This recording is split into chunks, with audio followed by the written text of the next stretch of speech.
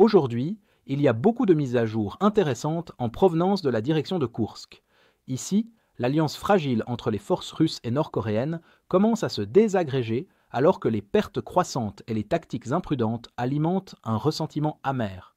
Dans un tournant choquant, des soldats nord-coréens rebelles ont pris les choses en main, ciblant délibérément leurs supposés alliés, exposant les profondes fractures au sein de l'opération conjointe russo-nord-coréenne à Koursk. L'objectif des forces russes dans cette zone est de s'assurer que l'offensive ne perde pas de son élan et ne culmine pas.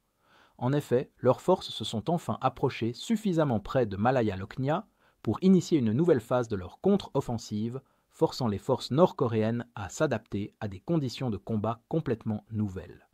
L'agglomération de localités dans cette zone, y compris Malaya Lokhnia, offre de bien meilleures positions défensives pour les forces ukrainiennes que les Nord-Coréens devront affronter en combat rapproché direct, ce qui entraînerait sans aucun doute des pertes très élevées. Jusqu'à présent, les Nord-Coréens ont subi environ 4000 pertes en 1 mois et demi de combat, et à ce rythme, il est prévu qu'ils manqueront de soldats d'ici avril. Les commandants russes ont compris cela et ont tenté de compléter les vagues de chair à canon nord-coréennes basées sur l'infanterie avec de l'infanterie russe, des chars, des véhicules blindés de transport de troupes, de l'artillerie et un soutien aérien rapproché. À long terme, une source du département de la défense des États-Unis a partagé qu'un nouvel accord entre la Russie et la Corée du Nord prévoyait le déploiement de 11 000 soldats nord-coréens supplémentaires à Koursk dans les 2 prochains mois pour remplacer les pertes actuelles. Les images de combat révèlent que les tactiques suicidaires continuent utilisées par les Nord-Coréens, ce qui conduit lentement à l'anéantissement complet de leur contingent. L'absence de feuilles sur les arbres en hiver et les grands mouvements de soldats nord-coréens en ont fait des cibles faciles pour les drones ukrainiens, qui ont corrigé le tir d'artillerie de précision avec des munitions à fragmentation entraînant des pertes massives. D'autres assauts à travers des champs ouverts les ont directement exposés au feu des mitrailleuses ukrainiennes depuis des positions fortifiées et dissimulées dans les forêts. De plus, le fait que les Ukrainiens disposent d'un équipement bien supérieur, comme des lunettes de vision nocturne et des viseurs thermiques, leur a donné un avantage dans chaque engagement direct, entraînant les Nord-Coréens sous un feu précis d'armes légères, sans pouvoir riposter correctement. Tout cela a contribué à ce que les forces nord-coréennes perdent plus d'un tiers de leur force initiale en seulement 7 semaines de combat.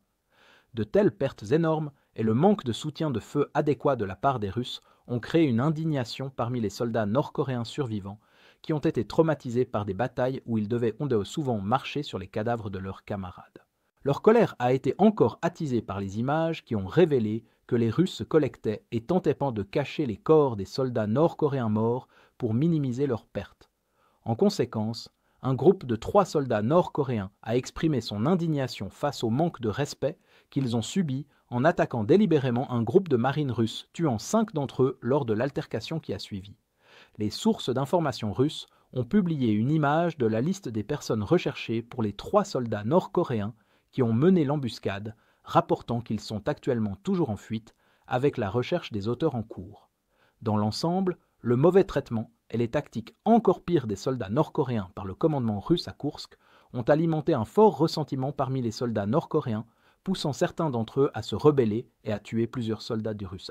La poursuite de ce mauvais traitement et le mépris pour la vie des soldats nord-coréens conduiront à ce rythme à l'anéantissement complet de la force expéditionnaire nord-coréenne de 12 000 soldats, ainsi qu'à une détérioration supplémentaire des relations entre les 2 parties belligérantes. Les soldats russes seront également probablement de plus en plus réticents à soutenir leurs alliés nord-coréens, en raison du nombre considérable de cas où les Nord-Coréens tirent sur des soldats russes, tant délibérément que par accident. Cependant, au lieu de résoudre le problème, les forces russes prévoient de déployer un nouveau contingent de 11 000 soldats nord-coréens à Koursk pour compenser la perte du contingent actuel dans les mois à venir. Si vous êtes contre l'invasion de l'Ukraine et que vous souhaitez soutenir le travail que je fais, pensez à vous abonner à notre site d'actualité indépendant. Vous y trouverez nos analyses stratégiques exclusives, des aperçus complets de tous les fronts et des vidéos d'analyse tactique régulières. En vous abonnant, vous montrerez non seulement votre soutien à cette chaîne, mais vous aiderez également à défendre le journalisme indépendant. Le lien vers notre site est dans la description. Merci d'avoir regardé ce reportage et je remercie tous ceux qui ont décidé de nous rejoindre.